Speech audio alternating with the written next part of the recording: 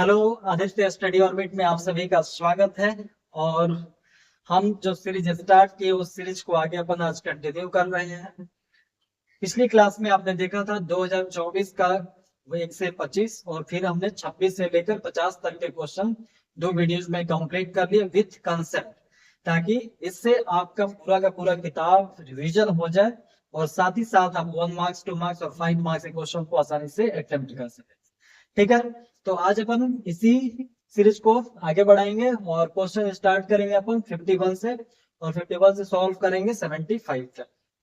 ठीक, चलिए चलते हैं। क्वेश्चन नंबर 51 देखिए, लिखा हुआ है कि किसी घनाभ के 3 संलग्न फलनों का क्षेत्रफल देकर रखा है ABC। तो पूछा है घनाभ का आयतन कितना होगा। 3 संलग्न फलकों का क्षेत्रफल क्रमशः, क्षेत्रफल दिया है ABC।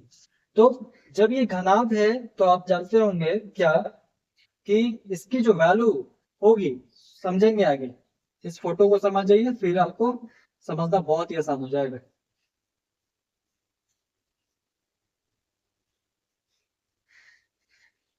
है ना, संलग्न बोला मतलब ये वाली प्लेट, ठीक है, इधर वाली, और एक प्लेट इधर पीछे, ये बैक वाली प्लेट है, एक नीचे वाली प्लेट ये वाला है, ठीक है, ये संलग्न हो गए।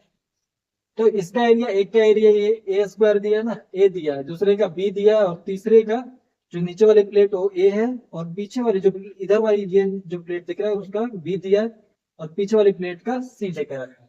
ये क्षेत्रफल लेके रखा है। तो पूछा है कि घनाभ का आयतन कितना होगा, घनाभ का आयतन कितना होगा। अब ये जब ए और ये बी हो गया और ये सी इसका एरिया हो गया, तो आयतन जब हमें निकालना है तो घनाभ का आयतन होता है लंबाई गुने चौड़ाई गुने ऊंचाई, है ना। तो यहां से देखिए, ये जो हमारे पास बन रहा था, इस प्लेट्स की अगर मैं बातें करूं, ठीक है, तो जो क्षेत्रफल हमारा होता है वो होता है 2 LB plus BH plus HN। होता है कि नहीं होता है। और LB, एक प्लेट हमारा ए दिया हुआ है, दूसरा प्लेट हमारा बी दिया हुआ है, तीसरा प्लेट का एरिया कितना दिया है, सी दिया हुआ है। समझ आ रहा है। यानी एलपी की वैल्यू ए है, एलबी की वैल्यू क्या है, ए है। बीएच की वैल्यू कितना है, बी है। और एचएल की वैल्यू कितना है, सी है। बातें समझ में आ रही है। वो तो प्लेट डबल होती है ना, एक जो नीचे का एरिया होगा वही प्लेट ऊपर भी लगेगी। यानी अगर नीचे आप इसको एल ले लेते हैं और इसको बी ले लेते हैं तो एल भी नीचे भी है, प्लेट ऊपर भी है, तो ट्वाइस लगाते हैं। तो इसका एरिया एक एक का संलग्न क्षेत्रफल देके रखा है, तीन, सिर्फ तीन, 6 प्लेट की नहीं, इसलिए ये 2 का यूज नहीं कर रहे। एलबी की वैल्यू है, बीएच की वैल्यू बी, एचएल की वैल्यू सी। तो एलबी की वैल्यू ए हो गया। अब अपने को क्या फाइंड करना है, एलबीएच, क्योंकि यही क्या होता है, वॉल्यूम, आयतन।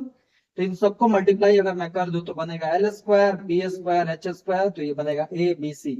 इसको इससे एलएचएस को एक तरफ, आरएचएस को एक तरफ, तो हमको चाहिए एलबीएच, तो बनेगा रूट अंडर एबीसी। बातें समझ में आई। तो रूट अंडर एबीसी इसका करेक्ट आंसर होगा, ऑप्शन नंबर सी इसका सही उत्तर है। ठीक, कंसेप्ट ध्यान रखेंगे। नीचे वाली प्लेट एलबी था, इधर बी एच, और फिर अपन एक तीसरा पीछे वाली जो प्लेट था एच। चलिए आगे बढ़ते हैं। क्वेश्चन नंबर 52, प्रश्न संख्या 52 को देखते हैं। प्रश्न संख्या 52 में क्या दिया हुआ है, एक घन का संपूर्ण पृष्ठीय क्षेत्रफल, संपूर्ण पृष्ठीय और घन है तो 6a स्क्वायर होता है जी। 216 दिया है तो इसका आयतन कितना होगा। तो घन का टोटल सरफेस एरिया कितना होता है, 6a स्क्वायर, और दिया कितना, 216। काट दो आप, तो कितना हो जाएगा, 36। तो ए की वैल्यू हो गया 6।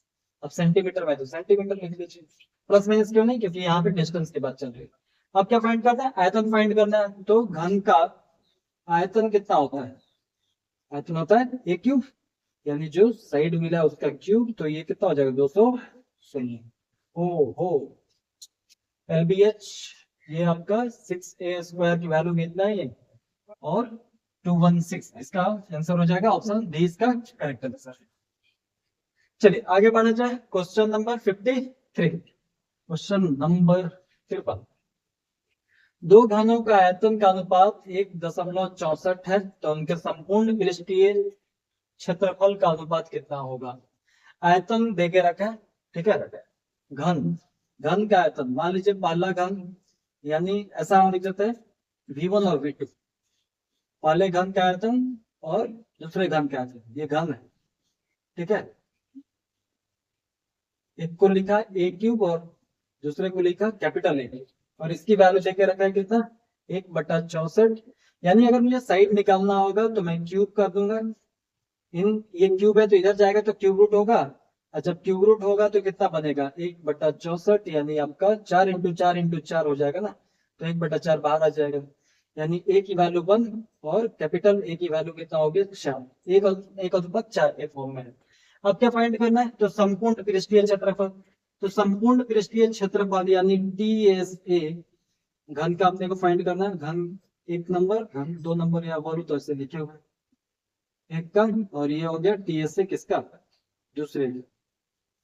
तो कितना होना चाहिए, घन का संपूर्ण पृष्ठीय क्षेत्रफल यही होगा, यहाँ पर कैपिटल यूज किए, तो यहाँ से देखिए 6 से 6 कट गया, इसका स्क्वायर करना है, यानी 1/4 जो आया हुआ है इसको स्क्वायर कर देना है, तो कितना मिलेगा 1/16, यानी 1:16 करेक्ट आंसर।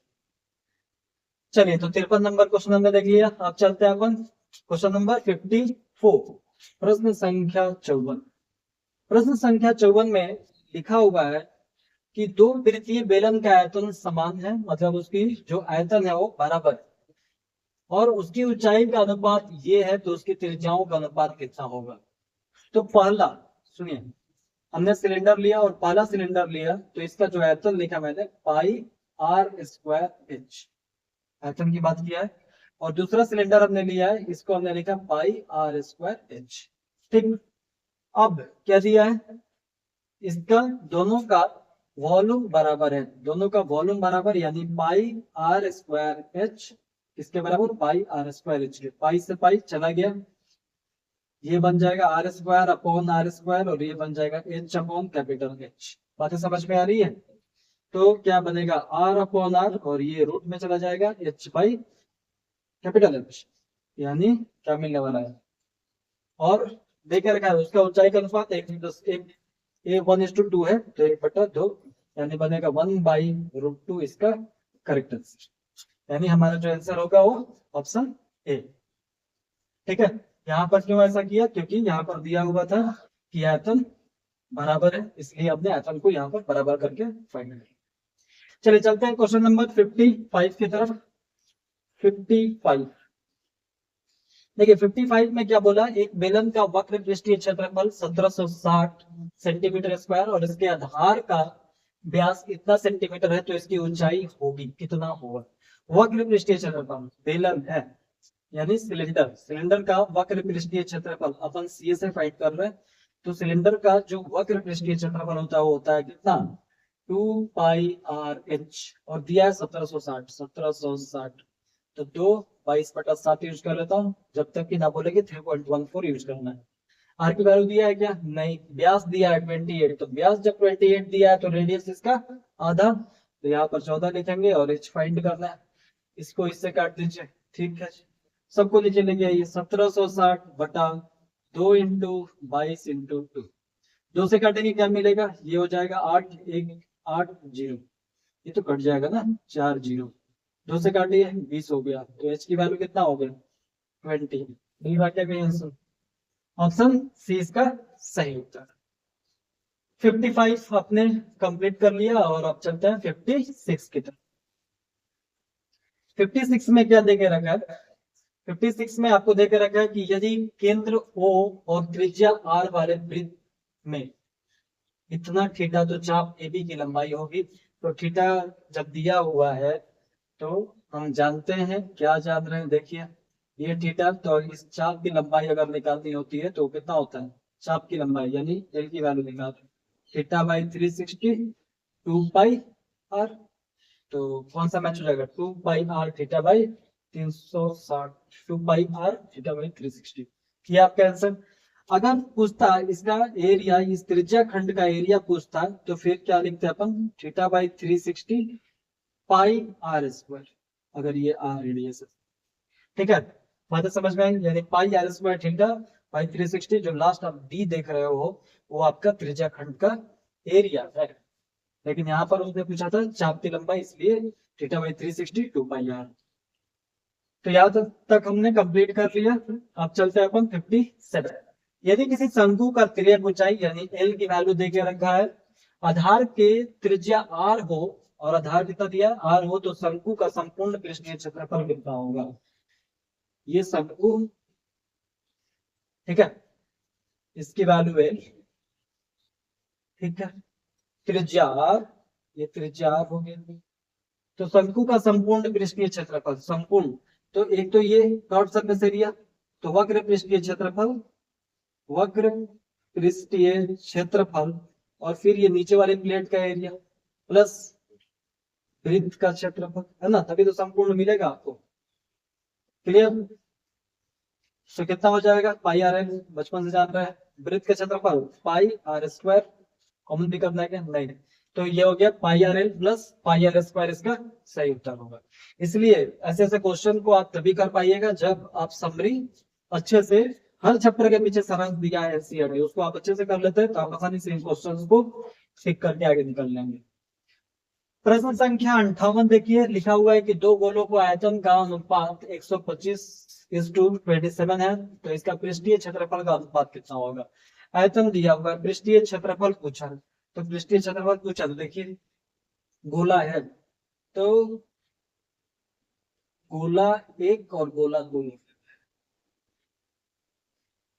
ठीक है, वॉल्यूम निकाल रहा है, तो वॉल्यूम कितना होता है जी, 4/3 पाई आर क्यूब, दोनों अलग अलग है, 4/3 पाई, और यहाँ पर कैपिटल यूज कर, ये कट गया इससे, ये कट गया इससे, और इसकी वैल्यू कितना देके रखा है 125:27, यानी यहां से हम r/r की वैल्यू निकालना चाहें तो हमें मिलेगा कितना, क्यूब रूट किसका 125/27 का, यानी ये बनेगा कितना 5 × 5 × 5, 3 × 3 × 3, ठीक है, 3 का पेयर करके एक को बाहर, तो ये बन जाएगा आपका 5/3, छोटा बाई कैपिटल।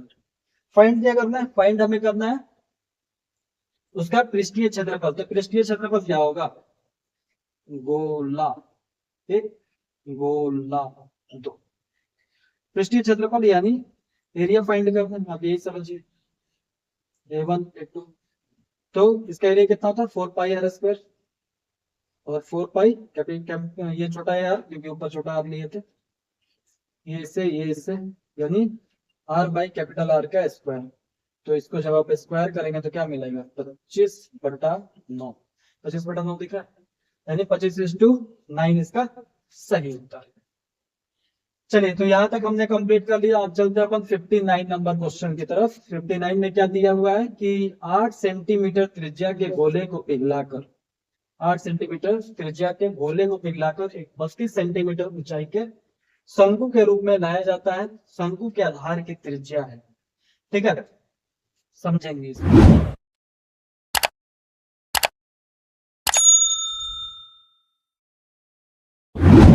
आगे तो इसका, इस गोले का आयतन निकाल लेते हैं, है ना, गोले का आयतन कितना होता है 4/3 पाई आर क्यूब, तो बनेगा 4/3 पाई, पाई की जगह पर 22/7, और आर क्यूब मतलब 32 × 32 × 32, और ये तो बहुत बड़ा आ जाएगा। पिघलाकर क्या बनाया जाता है एक, अच्छा 8 सेंटीमीटर ना, sorry sorry sorry Shaktimaan, 8 centimetre 32, तो उसका ऊंचाई देगा, तो 8 × 8 × 8, कुछ कटेगा क्या, कुछ कट जाए तो बहुत अच्छा होता है, नहीं कट रहा है, रहने दीजिए वहीं पर। फिर बोला कि 32 सेंटीमीटर ऊंचाई के एक शंकु के रूप में लाया जाता है, यदि शंकु का आयतन मतलब निकाल लेते हैं, तो शंकु का जो आयतन होगा वो गोले के आयतन के बराबर होगा, क्योंकि उसको पिघलाकर तो शंकु बनाया गया है, यानी गोले का आयतन, समझ आ रहा है, गोले का आयतन जो होगा वो शंकु के आयतन के बराबर होगा। क्यों, क्योंकि गोले को ही पिघलाकर हमने क्या बनाया, शंकु बनाया, तो आयतन तो सेम ही होना चाहिए ना, ठीक। तो इसका आयतन हो गया 4/3 22/7, 8 × 8 × 8, और इसका होता है पाई, लिख देता हूं मैं, पाई 1/3 पाई r² h, तो 4/3 पाई ही रखिए, 22/7 को काटने में आसानी होगी, 1/3 पाई आर स्क्वायर नहीं दिया ना, ये तो निकालना है। और एच की वैल्यू दिया है 32, 3 से 3 चला गया, पाई से पाई चला गया, 8 चौक 32 हो गया, 4 से आपने काटा इसको 2 हो गया, और कुछ कटेगा नहीं।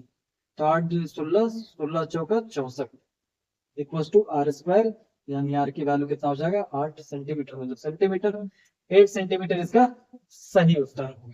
बातें समझ में आ गई। चलिए अब चलते हैं अपन क्वेश्चन नंबर 60, है ना। यहाँ पर जो हमने कंसेप्ट यूज किया वो गोले के आयतन शंकु के आयतन, क्योंकि गोले को पिघलाकर ही शंकु बनाया गया। तो जितना मेटेरियल किसमें गोले में होगा उतना ही शंकु का मेटेरियल। 60 नंबर में अगर आप देखें तो लिखा है यदि गोले का पृष्ठीय क्षेत्रफल यानी 4 पाई आर स्क्वायर की वैल्यू 616 दिया, तो गोले का व्यास कितना है। गोले का स्फीयर का टोटल सरफेस एरिया देख सकते हैं अपन, कितना दिया है 4 पाई आर स्क्वायर, और इसकी वैल्यू 616, 4 पाई आर स्क्वायर, पाई की जगह पर अपन करो तो 22/7 आर स्क्वायर। 4 से कट जाएगा क्या, हाँ कट जाएगा, 4 तो 2 1 हो जाएगा, 5 1 6 हो जाएगा, 4 हो जाएगा ना, 22 से काट दीजिए 7 हो जाएगा क्या, ठीक। तो ये बना 7 × 7 = आर स्क्वायर। तो रूट में जब आप डालिएगा तो वैल्यू क्या मिलेगा, ये स्क्वायर से स्क्वायर रूट, तो आर की वैल्यू हो गया 7। निकालना क्या आपने को, गोले का व्यास, और व्यास के लिए d = 2r होता है ना, तो 2 × 7 कितना होता है 14 सेंटीमीटर, 14 सेंटीमीटर इसका करेक्ट आंसर है, ऑप्शन बी इसका सही। चलिए चलते हैं क्वेश्चन नंबर 61। 61 नंबर क्वेश्चन में देखिए क्या लिखा हुआ है कि पी वाई इक्वल टू इतना इतना इतना इतना, जी वाई इक्वल टू इतना, तो पी वाई बाई 4। देखिए कैसे करेंगे, y सबकी बड़ी वैल्यू को पकड़ लीजिए, y × वाई स्क्वायर। देखेंगे बड़े ध्यान से, पहला वाला में y है, दूसरे वाले में सबसे बड़ा पावर वाई स्क्वायर है, तीसरे वाले में सबसे बड़ा पावर क्यूब है, चौथे वाले में है, तो ये कितना हो जाएगा, सबको जोड़ लीजिए। 2 1 3, क्योंकि कैश सेफ तो पावर है, 2 1 3 3 3 6 6 4 10। उधर देखेंगे उसमें वाई स्क्वायर है, बस वाई स्क्वायर है, बस हो गया, वाई का पावर 10 वाई स्क्वायर। तो ये जब सॉल्व कीजिएगा पावर कम हो जाएगा 10 में से, क्योंकि a to the power n तो a to the power n minus n, तो y का पावर 8 आएगा, यानी जो घात है डिग्री है वो कितना हो जाएगा, कितना हो जाएगा, ओ 8 होगा, लेकिन वहां तो दिया नहीं है, मल्टीप्लाई कुछ छुड़ा तो नहीं, जी वाई जितना से अपन करें तो कितना होना चाहिए, यहाँ से किया हमने Y Y square Y cube Y cube, 4 3 7 8 9 10, ये 10 हो गए, और ये वाई स्क्वायर 3y + 1 से अपन डिवाइड कर रहे हैं, ठीक। तो वाई स्क्वायर से डिवाइड करेंगे तो 8 आ जाए, 8 आ चाहिए था, कहीं पर मिस्टेक है शायद, टाइपिंग मिस्टेक किया गया है ना, इतना है इतना से, एक बार फिर से मैं चेक कर लेता हूँ, लेकिन पावर 4 3 7 8 9 10, और उधर 2 डिवाइड करेंगे y to the power 8, y to the power 8 confirm. चलिए आगे बढ़ते हैं, क्वेश्चन नंबर 62, निम्नलिखित में से कौन सा द्विघात समीकरण है, द्विघात समीकरण पूछा है, तो पॉलिनोमियल तो होना चाहिए, बहुपद होना चाहिए, तो बहुपद तो सब है। अब पावर जिसका 2 हो, तो पावर जिसका 2 है, देखिए यहां से अगर आप इसको सॉल्व करेंगे तो एक्स स्क्वायर बनेगा, इधर भी एक्स स्क्वायर है, यहाँ क्यूब आ गया, ये कट ही नहीं पाएगा, तो ये क्यूबिक इक्वेशन है, खत्म खत्म खत्म। ये देखिए ये हो जाएगा, क्योंकि ये सॉल्व करेंगे एक्स स्क्वायर + 4 टू जाए 8x + 16, और ये 3x + 4, यानी ये बचा हुआ है, इसलिए आपका डी सही उत्तर है। यहाँ ये पॉलिनोमियल ही नहीं है, बहुपद ही नहीं है, ठीक है,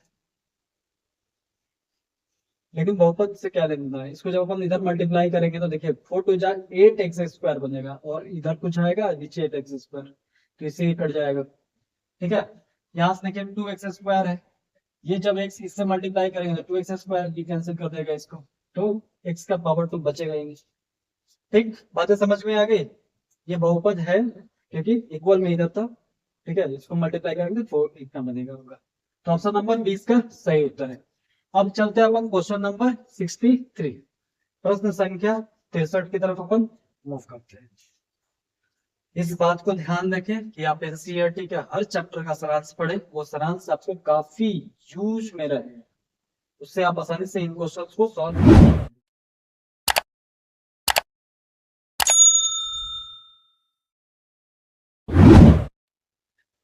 प्रश्न संख्या 63 देखिए, दिया हुआ है द्विघात समीकरण इतना कि मूल का गुणनफल -4 हो तो p की वैल्यू कितना होगा। हमारे पास जो px दिया वो कितना दिया है, x² minus 5x plus p equals to 10, ठीक है। और गुणनफल कितना देकर रखा है, अल्फा बीटा की वैल्यू देकर रखा है -4, अल्फा प्लस बीटा की value, sorry alpha into beta की वैल्यू -4 देकर रखा है। तो आप जानते हैं कि अल्फा बीटा की वैल्यू कितना होता है, c/a। तो अल्फा बीटा की वैल्यू -4, सी की वैल्यू कितना है, इक्वल्स टू 10 दिया है, तो 10 को तो इधर लाना पड़ेगा ना हमें। तो बनेगा क्या, x² minus 5x plus p -10।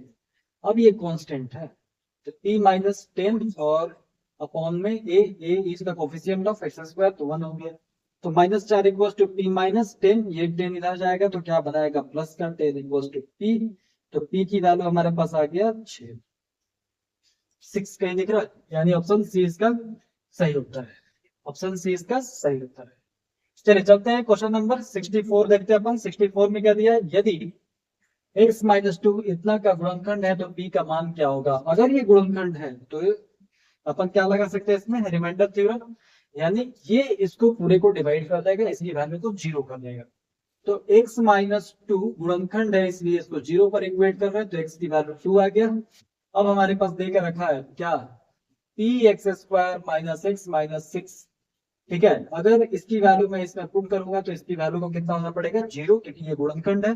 तभी तो p x, अगर x माइनस a का गुणनखंड होता है तो p a की वैल्यू कितनी होती है, 0 होती है, ये हमने पढ़ा है।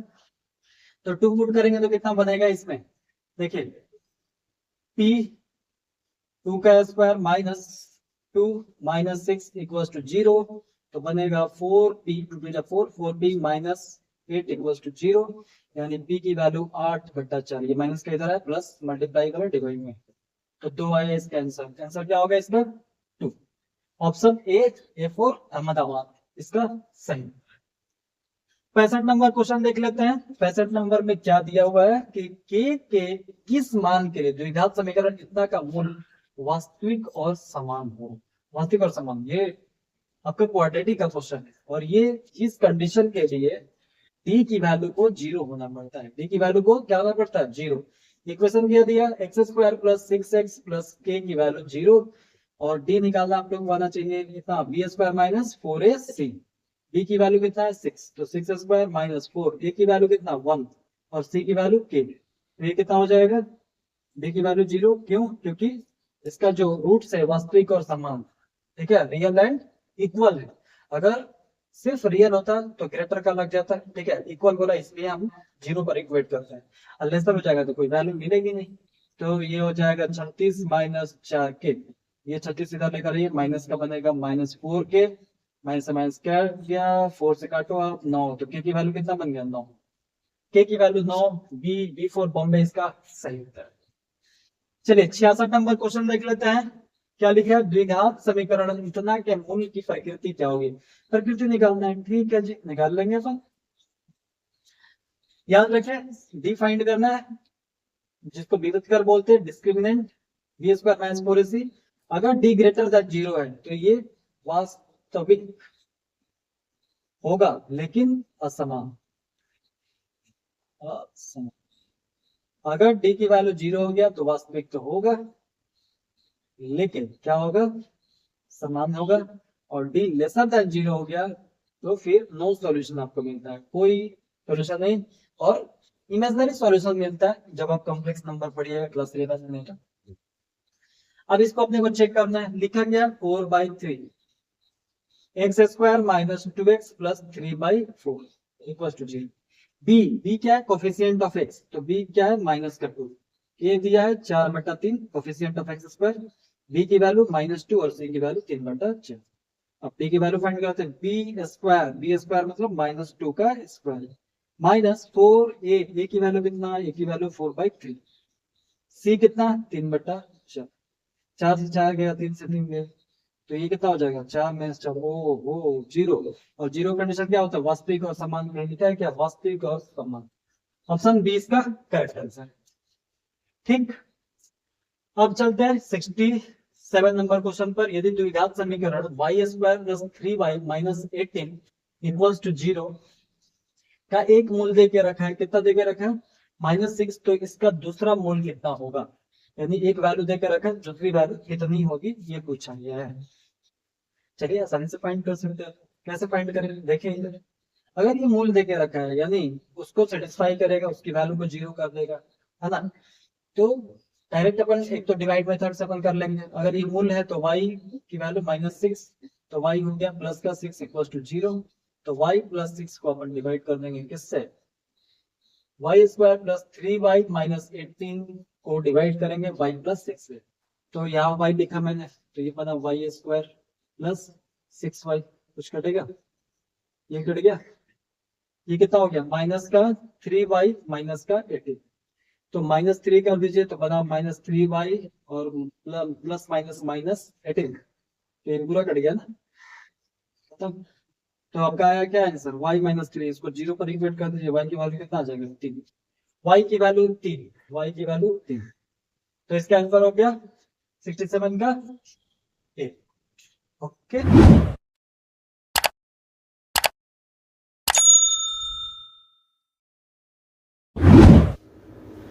प्रश्न संख्या 68 की तरफ चलते हैं अपन।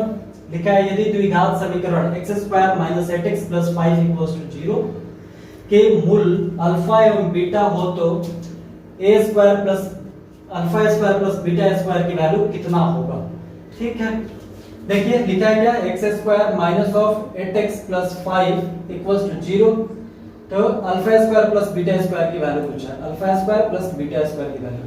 क्या मैं इसको ऐसा लिख सकता हूं, देखो आप, और इसको ध्यान में रखना आप लोग, ठीक है, क्योंकि इसको ओपन करेंगे बनेगा alpha square plus beta square plus 2 alpha beta, और उसी को मैंने इधर सब्ट्रैक्ट कर दिया। तो यहां से अल्फा प्लस बीटा की वैल्यू कितना है जी, माइनस का 8 बाई 1, यानी आपको 8 मिला। अल्फा बीटा की वैल्यू 5 है। अब ये वाली जगह पर अपन वैल्यू पुट करेंगे, यानी alpha square plus beta square की वैल्यू कितनी हो जाएगी, अल्फा प्लस बीटा का स्क्वायर, तो अल्फा प्लस बीटा कितना है 8 है, तो 8 का square minus 2 into 5, alpha into beta 5, 64 में से 10 चला गया, कितना बना 54, यानी 54 इसका करेक्ट आंसर। ठीक, अब चलते हैं अपन क्वेश्चन नंबर 69। 69 में क्या बोल के रखा है कि द्विघात समीकरण इतना का a नॉट इक्वल टू 0 मूल कितना होता है, तो ये तो डायरेक्ट फार्मूला पूछे ना। फार्मूला कितना होता है, -b plus minus root under b square minus 4ac upon 2a, option A इसका करेक्ट आंसर है। ये डायरेक्ट फार्मूला पूछा है उसने, ठीक है। b स्क्वायर माइनस 4ac, इधर देखो प्लस दिया हुआ है, इधर पता ना माइनस का 4ac इधर, ठीक है, 2a, हां b square minus 4ac upon 2a, ये भी तो सही लग रहा है, ये भी तो सही है। अच्छा माइनस नहीं दिया यार, ये आपका प्लस दिया है, तो ऑप्शन नंबर ए इसका सही उत्तर है। क्वेश्चन नंबर 17 देखते हैं अपन। 17 में क्या दिया है कि यदि x इक्वल्स टू 2, दोनों समीकरण इतना तथा इतना क्या इक्विवेलेंस के मूल, यानी दो इसको भी सेटिस्फाई कर रहा है, इसको भी सेटिस्फाई कर रहा है, तो q माइनस p की वैल्यू कितना होगा। तो पहला इक्वेशन देखिए, पहला इक्वेशन है 2x square plus 2x plus p equals to 0, x की जगह पर आप 2 पुट करेंगे तो क्या बनेगा 2 का square plus 2 into 2 plus p equals to 0, तो बनेगा 2 2 जा 4, 4 2 जा 8 प्लस 2 2 जा 4 प्लस p, यानी p की वैल्यू हो गया माइनस का 12। चलिए क्यूब अब देख लेते हैं, q plus qx square plus qx, है ना, प्लस का 18 इक्वल्स टू 0। अब ये भी दो को सेटिस्फाई करेगा क्योंकि दोनों का मूल जो है वो 2, तो 2 पुट करेंगे, ये q है, नहीं है ना, नहीं q, तो बनेगा 2 का स्क्वायर यानी 4q plus 2q plus 18 equals to 0। इन दोनों को ऐड करेंगे, 6q equals to minus 18, cut कर देते हैं 3 से, तो q की वैल्यू हो गया माइनस का 3। अब अपने को फाइंड क्या करना है, q minus p, q minus p, तो q की वैल्यू -3 और माइनस का 12, तो बना -3 प्लस का 12 यानी 3 12 में से घट गया, कितना बचा 9। आंसर 9 इसका सही उत्तर। ऑप्शन सी इसका करेक्ट आंसर है। अब चलिए चलते हैं 71 पर। प्रश्न संख्या 51।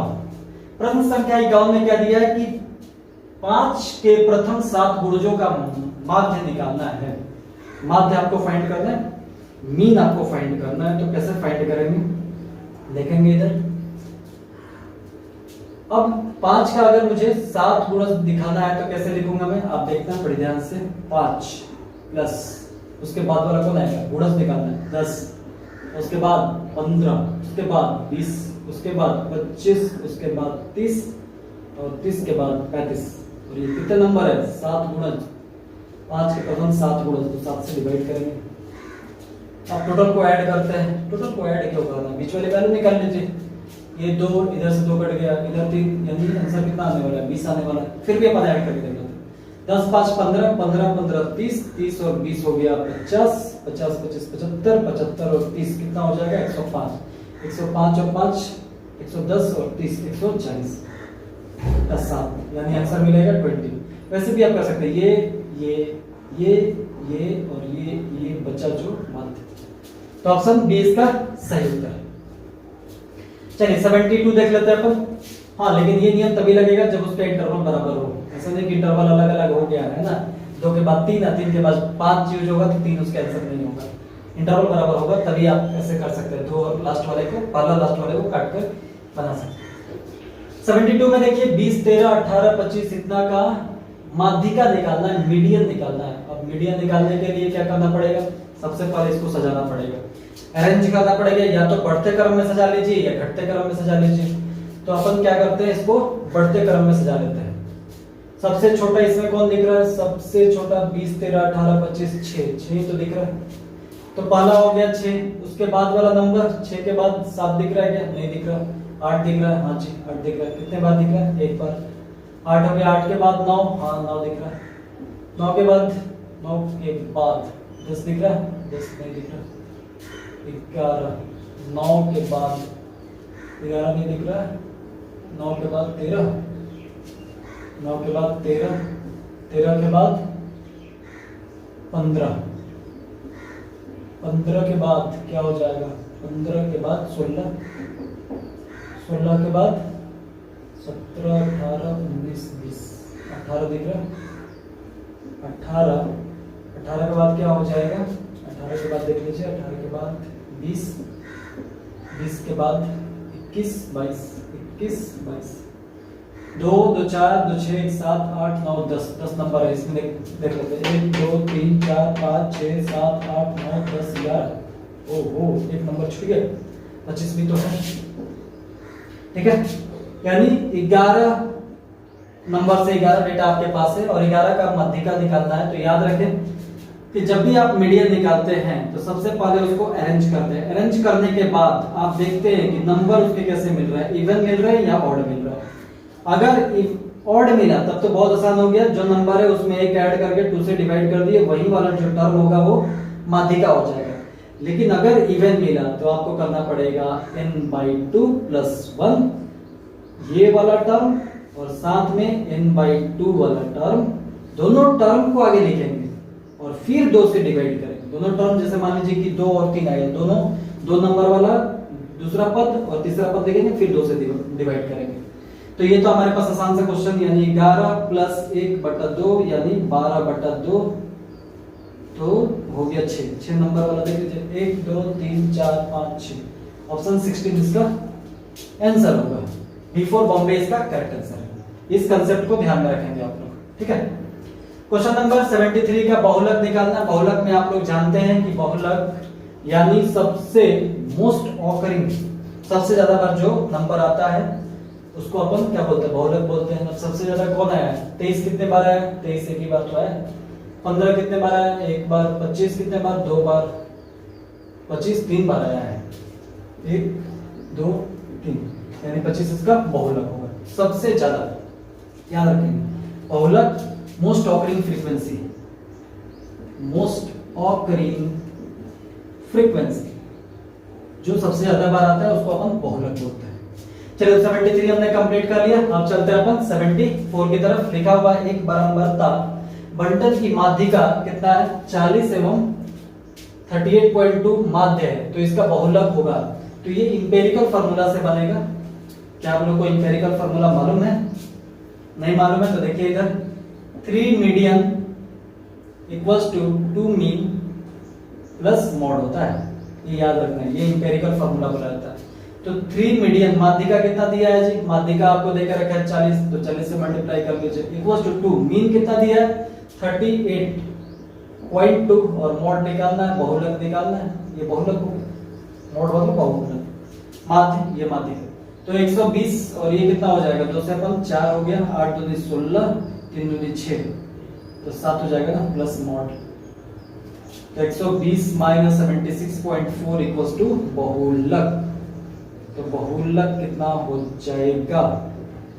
तो 6 हो गया दशमलव, ये 9 में से 6 गया 3, और ये हो गया 11 में से 7 गया 4, 43.6, 43.6 बी इसका सही उत्तर है। और आज का लास्ट क्वेश्चन, क्वेश्चन नंबर 75। माध्य आपको देके रखा है, x का मान पूछा है, माध्य देके रखा है, तो माध्य देके रखा है तो अपन फाइंड कर लेते हैं। माध्य कैसे निकालते हैं? Summation fi plus sigma fi, या इसमें तो ऑब्जर्वेशन दिया है तो टोटल ऑब्जर्वेशन का सम यानी सभी परीक्षणों का योग बटा टोटल नंबर ऑफ ऑब्जर्वेशन। तो x बार माध्य को अपन x बार से दिखाते हैं, सबको ऐड करेंगे x plus 3 plus x plus 5 plus x plus 7 कितना है 1 2 3 4। अच्छा उधर भी तो है x प्लस 10 5 से डिवाइड कर दीजिए, तो x बार की वैल्यू कितना मिलेगा? अच्छा माध्य दिया है ना 9, माध्य आपको 9 तो दिया है, 1 2 3 4 5 5x 5 3 8 8 और 5 8 5 15 25 हो गया क्या बटा 5, तो 9 5 45 इक्वल्स टू 5x प्लस 25। 45 में से 25 चला गया, आप बताइए कितना होगा? 20 ही होगा ना 5x, तो x की वैल्यू कितना हो गया 4। ऑप्शन ए इसका सही उत्तर है। तो यहाँ पर हमने 75 क्वेश्चंस कंप्लीट कर लिए। अब 76 क्वेश्चन 76 से 70 अपन 100 तक करेंगे अगले वीडियो में, है ना। इन क्वेश्चंस को बड़े ध्यान से हर एक कंसेप्ट के साथ मैंने डिस्कस किया है, इन कंसेप्ट को पकड़िए ताकि आपका 50 में 50 आसानी से बन पाए, है ना। अगर आप इतना कर लेते हैं यकीन मानिए आपका 50 में 50 बन जाएगा। और अगर मेरी वीडियो आपको पसंद आती है तो उसको लाइक करें, शेयर करें और सब्सक्राइब तो करना जरूरी है ताकि नोटिफिकेशन आपको मिलता रहे, ठीक है। तो मिलते हैं अपन अगले वीडियो में। Okay, thank you.